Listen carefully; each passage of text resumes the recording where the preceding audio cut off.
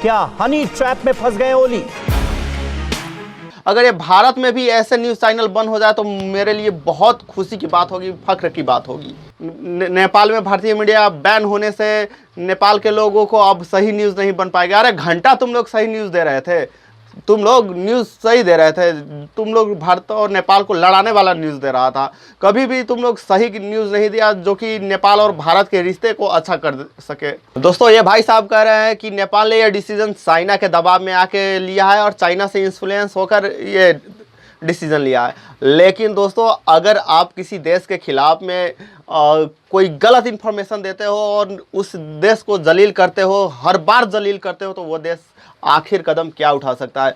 जो नेपाल ने किया है वो बहुत ही अच्छा कदम उठाया है और उसके लिए मैं केपी शर्मा ओली जी को धन्यवाद देना चाहूँगा। सैल्यूट है जो कि ये गोदी मीडिया को वहाँ पर बैन कर दिया है और इससे बड़ी खुशी की बात कोई नहीं है। तो जो इंडियन मीडिया अभी आरोप लगा रहा है नेपाल की मीडिया पर, नेपाल की सरकार पर कि भैया वो हमसे डर गए हैं, तो मैं आपको असलियत बताता हूँ असल में कौन डरा है और कौन ऐसी हरकतें करता है। तो चलिए, भारतीय जो मीडिया है वो जब भी इस पे बात कर रहा है वो बिना फैक्ट के बात कर रहा है, बिना स्टेटमेंट के बात कर रहा है। उल्टा वह किसी देश के प्रधानमंत्री और उसके कल्चर या फिर उसको अपमान कर रहा है। यानी एक तरफ बोलता है कि चीन के इशारे पर, हर बात पे बोलेंगे चीन के इशारे पर काम कर रहा है। इसके अलावा कुछ और चीज़ें जैसे कि फेक न्यूज़ नेपाल के प्रति, नेपाल में कई ऐसी चीज़ें देखेंगे, बॉर्डर में जो फायरिंग हुई है उसमें भारत का एक नागरिक जब मारा गया है, लेकिन उसमें उन्होंने सच्चाई नहीं बताई कि असलियत क्या थी। इसके अलावा जो डैम था, डैम का इशू था, उसमें भी भारतीय न्यूज़ चैनल ने सच्चाई नहीं बताई क्या थी। नेपाल का सिटीजनशिप का जब बिल पास हुआ था उसमें भी भारतीय मीडिया ने सच्चाई नहीं बताई क्या थी। मतलब यहाँ दोस्तों एक तरफ के फैक्ट से प्रेजेंट किए जाते हैं और दूसरी तरफ के फैक्ट को बिना प्रेजेंट करें रिपोर्टिंग की जाती है, जबकि ट्रूथ रिपोर्टिंग ये होती ही नहीं है।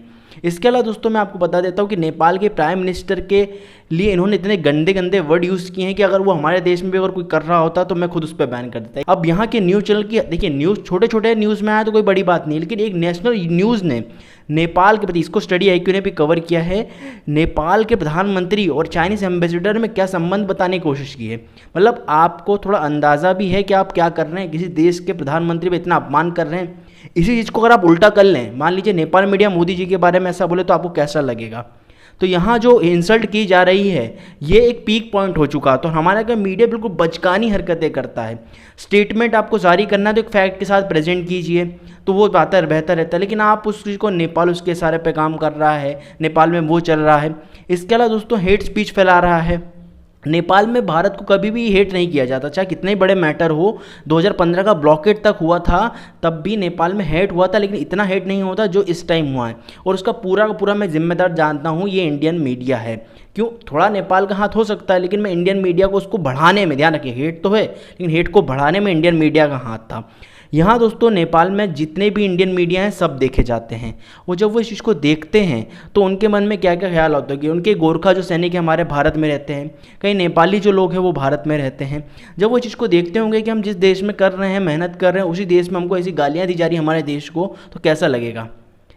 तो इस प्रकार से हेट फैलाने का काम न्यूज़ चैनल पे, देखिए एक मैं वीडियो से बता देता हूँ, वीडियो देखिए इनका, सुधीर चौधरी जी का, जो कि रिएक्शन आया है जब नेपाल ने बैन कर दिया। और इस समय की एक बहुत बड़ी खबर यह है कि नेपाल में भारत के प्राइवेट न्यूज चैनल्स का प्रसारण रोक दिया गया। में भारत के न्यूज चैनल्स दिखाए नहीं जाएंगे और वहां पर सिर्फ दूरदर्शन वहां पर आ सकता है भारत की तरफ से।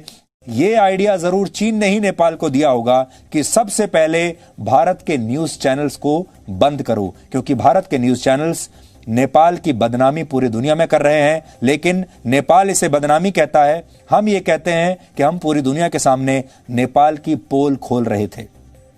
और आज नेपाल ने भी भारत के मीडिया को रोककर यह बता दिया है कि नेपाल का विश्वास अब लोकतांत्रिक तरीकों में कम होने लगा है और वो चीन के कहने पर ज्यादा चल रहा है। लेकिन दूसरी बड़ी बात जिसका हमें फक्र है वो ये है कि अभी तो भारत ने नेपाल के खिलाफ कोई एक्शन लिया ही नहीं है। भारत की सरकार ने अभी कोई कार्रवाई नेपाल के खिलाफ नहीं की है। भारत की सेना ने कोई कार्रवाई तो आप इनकी अगर देख रहे हैं कि इनके इन्फ्लुएंस में आके भैया आपकी रिपोर्टिंग तो आपको इंडिया में बैन कर देना चाहिए, वो तो भला हो वहाँ बैन किया गया।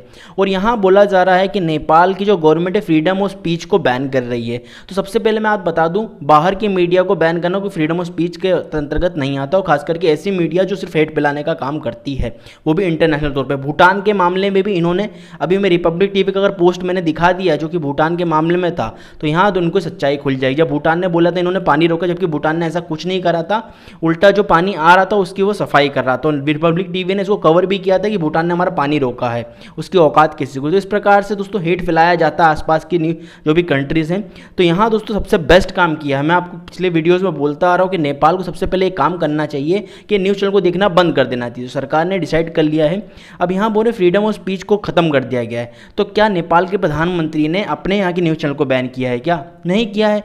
और यहाँ भी दोस्तों अगर करना होता, दबाना होता, तो वो NDT जो हमारा DD1 है न्यूज़ चैनल, उसको भी बैन कर देते, लेकिन उन्होंने उसको नहीं किया। क्यों? क्योंकि DD न्यूज़ को अगर आप देखेंगे ना तो आप समझेंगे कि असली पत्रकारिता होती क्या है। ये हमारा का सरकारी न्यूज़ है, ध्यान रखिएगा, और वो सबसे अनबायस रहता है, वो हर चीज़ को प्रेजेंट करता है। यहाँ तक कि नेपाल के MP पे आके उस पर डिस्कशन भी किया है, तो एक अच्छी डिबेट थी, उन्होंने कभी हेट नहीं फैलाया।